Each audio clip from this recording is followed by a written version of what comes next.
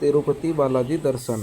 नमस्कार दोस्तों, स्वागत है आपका हमारे चैनल नेचर यू में। मैं मुकेश। मैं आज आपको लेकर चल रहा हूँ भारत के सबसे पवित्र और विश्व प्रसिद्ध मंदिरों में से एक श्री वेंकटेश्वर स्वामी मंदिर, जिसे हम सब तिरुपति बालाजी के नाम से जानते हैं। वीडियो पसंद आए तो लाइक और चैनल को सब्सक्राइब करना ना भूलें।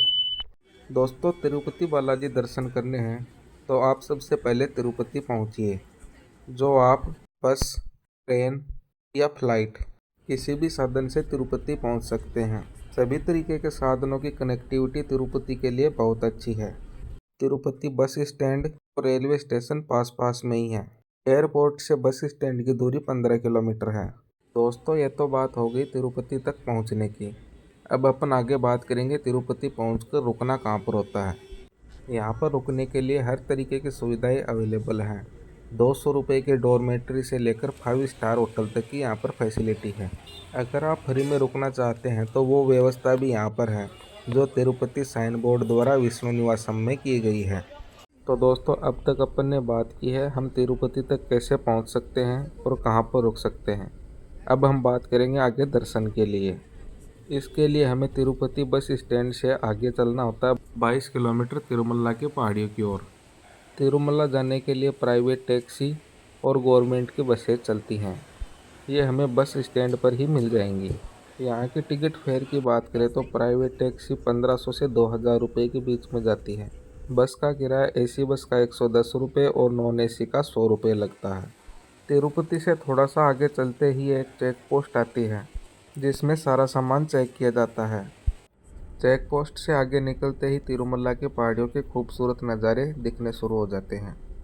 भगवान वेंकटेश्वर स्वामी का मंदिर पहाड़ी के ऊपर बना हुआ है, जो तिरुपति से 22 किलोमीटर दूरी पर है। यह सफ़र हमें पूरा करने में 30 से 40 मिनट का समय लगता है, क्योंकि पूरा रास्ता पहाड़ी नुमा है।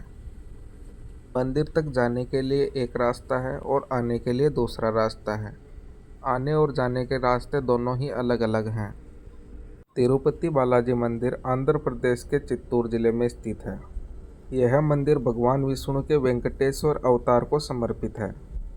पौराणिक कथाओं के अनुसार भगवान विष्णु ने कलयुग में मानव कल्याण के लिए तिरुमला पर्वत पर वास किया था। यहाँ के बारे में यह भी कहा जाता है कि माता लक्ष्मी और भगवान विष्णु के बीच में हुए एक प्रेम प्रसंग के बाद भगवान विष्णु धरती पर आए और तिरुमला में निवास करने लगे। यहाँ पर उन्होंने माता पद्मावती से विवाह किया था। माना जाता है कि इस विवाह के लिए भगवान विष्णु ने कुबेर देवता से ऋण लिया था। आज भी भक्तों द्वारा चढ़ाया गया धन उसी ऋण को चुकाने का प्रतीक माना जाता है। यही कारण है कि तिरुपति बालाजी मंदिर को दुनिया का सबसे धनी मंदिर कहा जाता है। नीचे बस स्टैंड से चलकर आने वाली गाड़ियाँ राम बगीचा बस स्टैंड पर रुकती हैं। तिरुपति बालाजी दर्शन करने के लिए आने वाले भक्तों को ऑनलाइन या ऑफलाइन टोकन लेना होता है, जिसमें सामान्य दर्शन, शीघ्र दर्शन और विशेष वीआईपी दर्शन, ये 3 तरह की फैसिलिटी हैं। ऑनलाइन टोकन तिरुपति बालाजी की ऑफिशियल वेबसाइट पर मिलते हैं। दोस्तों, तिरुपति मंदिर की कुछ विशेषताएं हैं जो इस मंदिर को और भी रहस्यमयी बनाती हैं। यहाँ भगवान की मूर्ति आज भी जीवित मानी जाती है और बालाजी के बाल कभी नहीं गिरते हैं। इसके अलावा मूर्ति पर चढ़ा चंदन हमेशा नम रहता है। मंदिर के अंदर घंटी की आवाज़ नहीं आती है और मूर्ति के पीछे हमेशा गर्मी महसूस होती रहती है। दोस्तों, तिरुपति बालाजी में बाल दान की परंपरा बहुत ही प्रसिद्ध है। यहाँ पर आने वाले भक्त अपने बाल दान करके बालाजी से मन्नत मांगते हैं। यहाँ पर प्रतिदिन हजारों श्रद्धालु बाल दान करते हैं। इसके अलावा तिरुपति बालाजी का लड्डू प्रसाद पूरी दुनिया में प्रसिद्ध है। यह प्रसाद केवल मिठाई नहीं बल्कि आस्था का प्रतीक है। ऐसी मान्यता है कि इसे खाने से सकारात्मक ऊर्जा और सुख समृद्धि आती है। मंदिर के सामने यहाँ पर भक्त लोग दीपक जलाकर बालाजी से अपनी मन्नतें मांगते हैं। मंदिर के सामने ही ये बहुत बड़ी सी खाली जगह है, जिसमें भक्त लोग विश्राम करते हैं। मंदिर के अंदर मोबाइल फ़ोन, कैमरा या किसी भी तरह का इलेक्ट्रॉनिक डिवाइस ले जाना मना है। ये सब चीज़ें मंदिर में जाने से पहले ही बाहर रखवा ली जाती हैं। यहीं पर ही ये नारियल की शॉप है। यहाँ से नारियल खरीद कर सामने वहाँ पर चढ़ाते हैं। दर्शन करने के बाद यहाँ से बाहर निकाला जाता है। यह एग्जिट गेट है। यहाँ से बाहर निकलने के बाद सीधा आगे चलेंगे तब लड्डू प्रसाद के काउंटर आते हैं।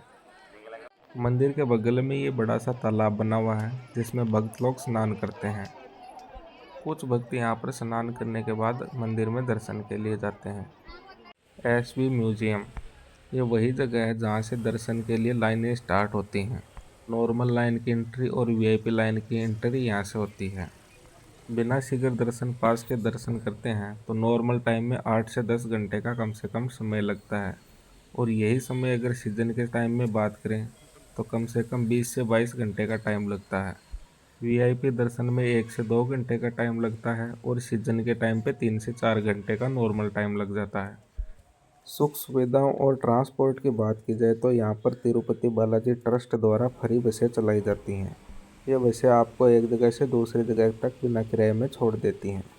मंदिर में दर्शन करने के बाद वापस राम बगीचा बस स्टैंड से ही नीचे जाने के लिए बस मिल जाती है। किराया आने और जाने का सेम ही रहता है। नीचे से ऊपर आने के लिए पैदल रास्ते भी बने हुए हैं। जो लोग मन्नतें मांगते हैं या चलने के शौकीन हैं वो पैदल रास्ते से भी ऊपर आते हैं। दोस्तों, तिरुपति बालाजी मंदिर बहुत ही दिव्य और अलौकिक मंदिर है। आप भी जीवन में एक बार ज़रूर यहाँ पर दर्शन करने के लिए आएँ। यहाँ पर आके आपको बहुत ही अच्छा और सुकून मिलेगा। तो दोस्तों, यहाँ पर दर्शन करने के बाद श्री पद्मावती मंदिर, श्री वराह स्वामी मंदिर, शिला तोरणम, आकाश गंगा, पाप विनाशम तीर्थ यहाँ पर भी जा सकते हैं। तिरुपति बालाजी केवल एक मंदिर ही नहीं बल्कि श्रद्धा, विश्वास और चमत्कारों का संगम है।